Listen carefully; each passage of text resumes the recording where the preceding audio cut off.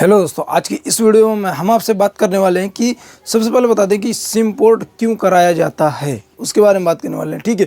और दूसरी बात ये है कि सिम पोर्ट मतलब कितनी बार हो सकता है, उसके बारे में भी कि आप कितने बार सिम पोर्ट, एक सिम को कितनी बार आप पोर्ट करवा सकते हैं। ठीक है, उसके बारे में बात करने वाले हैं। तो दोस्तों बने रहिए अपनी इस वीडियो पर। आप सबसे पहले बात करते हैं कि हम मतलब सिम पोर्ट क्यों कराते हैं। ठीक है, और सिम पोर्ट क्यों किया जाता है, इसके बारे में बात करते हैं।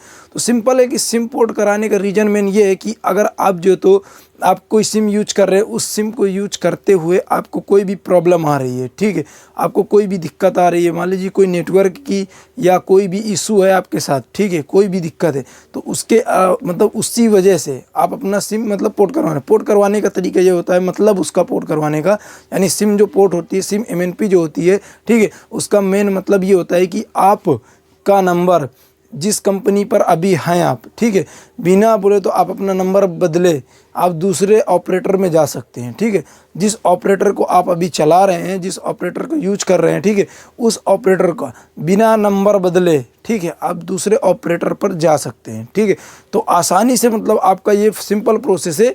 तो आपको बिल्कुल समझ में आ गया होगा कि अगर आपको कोई दिक्कत होती है, दिक्कत होने के बावजूद आप जो तो अपना सिम किसी अन्य कंपनी पर पोर्ट करवा सकते हैं। ठीक है, लेकिन अगर आपको दिक्कत भी नहीं होती तब भी आप अपनी सिम को पोर्ट करवा सकते हैं। ठीक है, ये नहीं है कि आपको अगर दिक्कत है तभी आप अपना सिम पोर्ट करवा सकते हैं। अगर आपका मन कर रहा है किसी और कंपनी पर जाना, ठीक है, तब भी आप जा सकते हैं। और अगर आपको उसी कंपनी में रहना तो कोई बात ही नहीं है। ठीक है, तो दोस्तों अब बात करते हैं कि सिम को कितनी बार, एक सिम को कितनी बार पोर्ट करा सकते हैं। ठीक है, उसके बारे में बात करते हैं।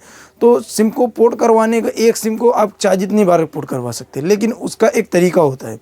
अगर मान लीजिए आपने अभी एक सिम पोर्ट करवाया, ठीक है, उसके बाद में यानी आपके पास कोई एयरटेल है, एयरटेल की सिम को आपने जियो की सिम में पोर्ट करवा दिया। ठीक है, तो अगर आप सोच रहे हो कि अभी इस महीने हमने सिम को पोर्ट करवाया, अब जब ये रिचार्ज यूज हो जाएगा तो अगले महीने हम फिर से सिम जो तो अपना एयरटेल में करवा लेंगे। ठीक है, तो ऐसा नहीं होता।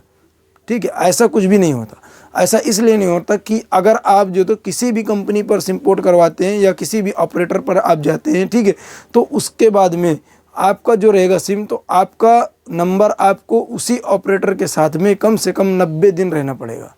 ठीक है, मतलब 90 डेज़ आपको उस ऑपरेटर के साथ में रहना ही पड़ेगा, तब जाके आपका सिम किसी और भी ऑपरेटर पर आप चेंज करवा सकते हैं। अगर आप चाहते हैं दोबारा से, आपके पास एयरटेल थी पहले, आप एयरटेल में आना चाहते हैं तो एयरटेल में दोबारा से भी आ सकते हैं, या आपके पास पहले जियो थी, आपने एयरटेल कराया तो आप दोबारा से जियो करवाना चाहते हैं तो भी आप अपनी जियो करवा सकते हैं। ठीक है, ये आसानी से प्रोसेस है, आप इसको सिंपल से समझ चुके होंगे। ठीक है, तो दोस्तों अगर आपको ये वीडियो हमारी पसंद आई है तो आप हमारी इस वीडियो को लाइक करना तो बिल्कुल भूलिए मत। तो दोस्तों मिलते हैं आपको पहले अपनी अगली वीडियो पर।